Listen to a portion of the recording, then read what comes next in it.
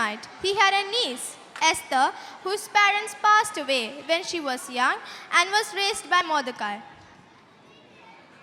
During the reign of King Xerxes, whose kingdom extended from India to Kush, issued a decree that all the beautiful girls in his kingdom assemble and be accustomed according to the royal tradition and customs, and from them the king shall select his queen.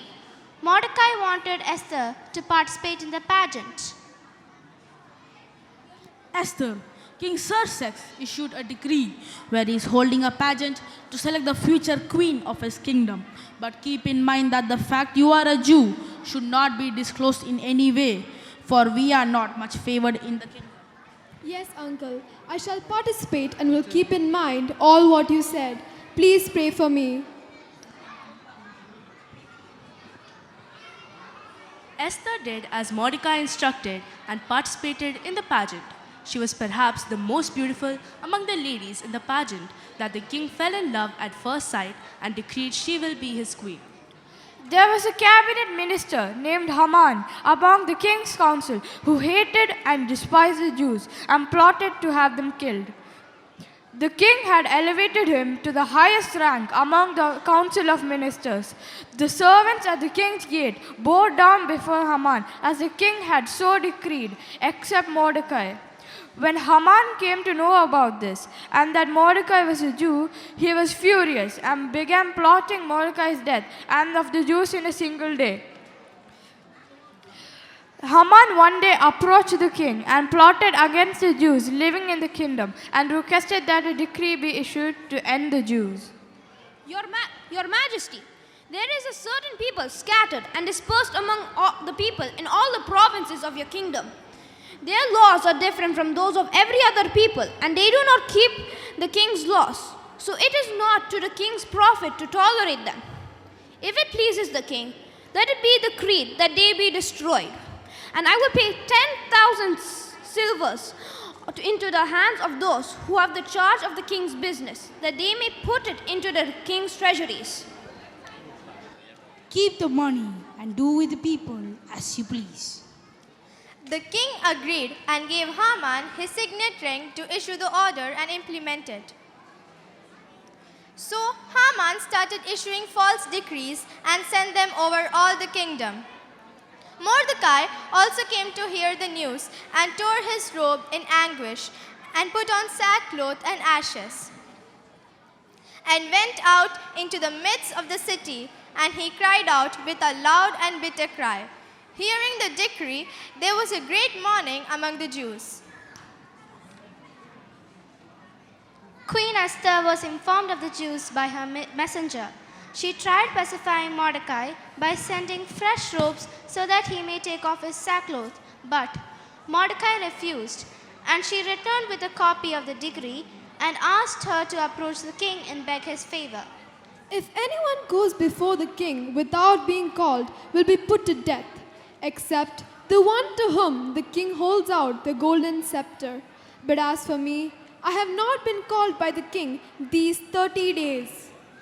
Mordecai sent reply to Esther, saying, Do not think to yourself that in the king's palace you will escape any more than all the other Jews. For if you keep silent at this time, relief and deliverance will rise for the Jews from another place.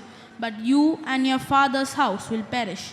And who knows whether you have not to come to the kingdom for such a time as this? Esther asked Mordecai to gather all the Jews in Susa to hold a fast for 3 days, while she and her women will also fast, and then she will go to the king. Mordecai did as Esther ordered him to.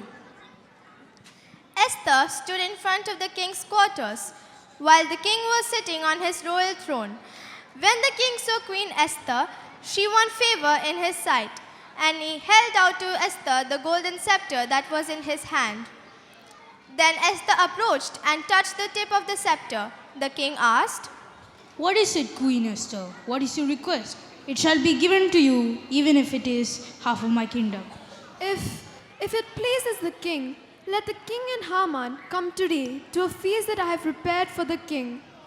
The king agreed and ordered that Haman also be present for the feast.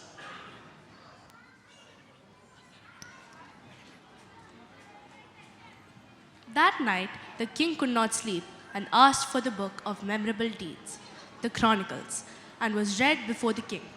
In it was mentioned what and how Mordecai had saved the king's life plotted by his eunuch guards. The king inquired as to what was done to honor such a man. When he found that nothing was done, he called for the minister available in court. Unfortunately for Haman, he had just entered the court to have Mordecai hanged in the gallows he prepared, but the king asked him, "What is to be done for the person the king wants to honor?" Haman, thinking it was regarding him, stated, For the man whom the king delights to honor, let royal robes be brought, which the king has worn, and the horse that the king has ridden, and on whose a royal crown is set. Let them dress the man whom the king delights to honor, and let them lead him on the horse through the square of the city, proclaiming before him, Thus shall it be done to the man whom the king delights to honor. The king was pleased and ordered that the same courtesy be given to Mordecai and that Haman himself do the honors.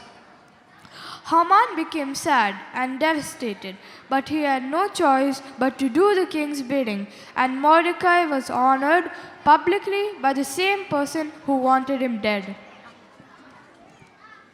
The time had come for the feast, and the king and Haman attended the feast, hosted by Queen Esther.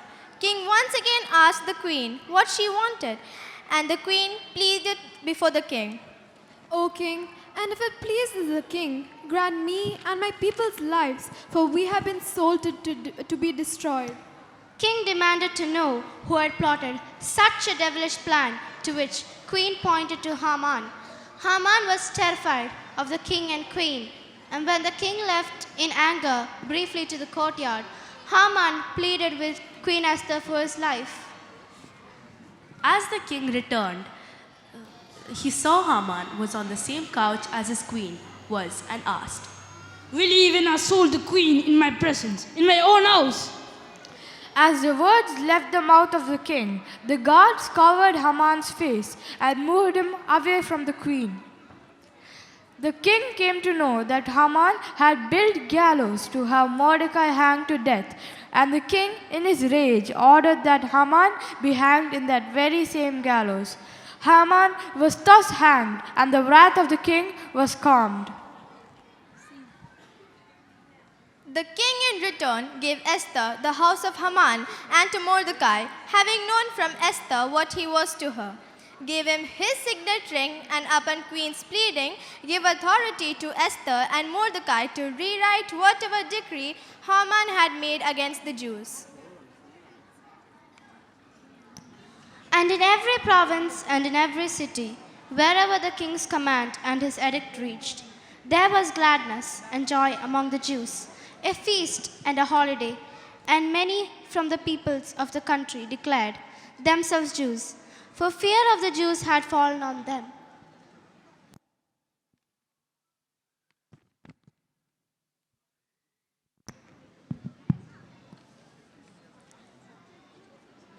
The story of Queen Esther offers timeless lessons about courage, faith, wisdom, justice, and the power of individuals to make a difference in challenging circumstances.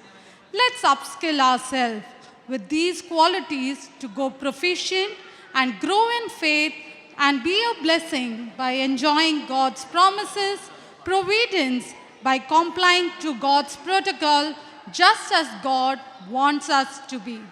Thank you.